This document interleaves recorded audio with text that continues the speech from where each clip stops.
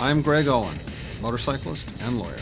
I've been riding, racing, building, and collecting motorcycles for the past 40 years. During my time as a professional motocross racer in the 70s, I decided to give up my racing career and become a lawyer. I did that to help other riders who had nowhere else to turn. Over the course of my 30-year career, I've represented hundreds of injured clients and resolved their cases for more than $900 million.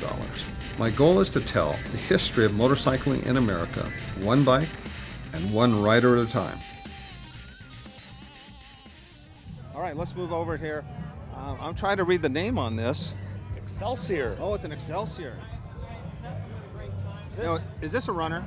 It is a runner. We actually got this out of a museum in Germany.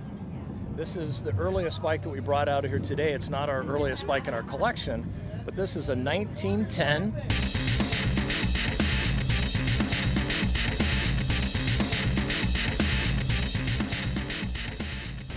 If your cameraman comes around this backside, he'll be able to see the belt drive, the lever which actuates the belt to put it into action.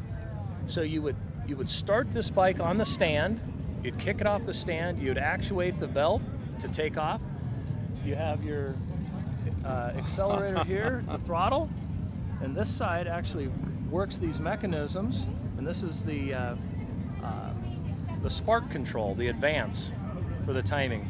Amazing. So I think, are you telling me that, that this would be the sprocket? That would be the rear sprocket equivalent. That's correct. And what is this made out of? That's out of wood. And back then your sprocket was made out of wood? Yes. And then would they last? Well, the belt would usually go before the sprocket. Fascinating. Now, another question I have is, I know that there are different types of oiling system on these early bikes. I don't know what they are. Could you explain that to me on this bike? This one is actually a pressurized, you'll see these are actually locked down at the moment, but you would have a plunger, you'd open this, you turn to the left, you bring it up, you pressurize your oil, and it would have a drip system that goes down into the motor and lubricates it. And that's the only lubrication that they had. Wow. Yeah.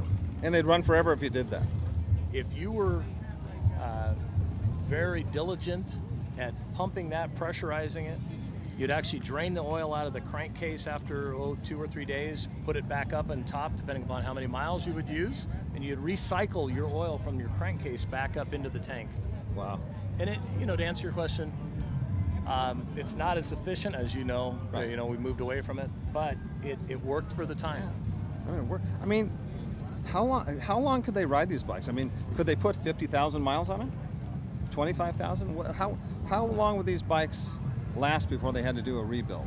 This is purely a guess on my part. That's probably a question for someone else, but I would say a bike like this, if it was maintained, because the road conditions were extremely rough. They weren't improved back then. Potholes were the size of a car at that time, but this thing would easily do 20,000 miles. Wow. Easily. Wow. Wow.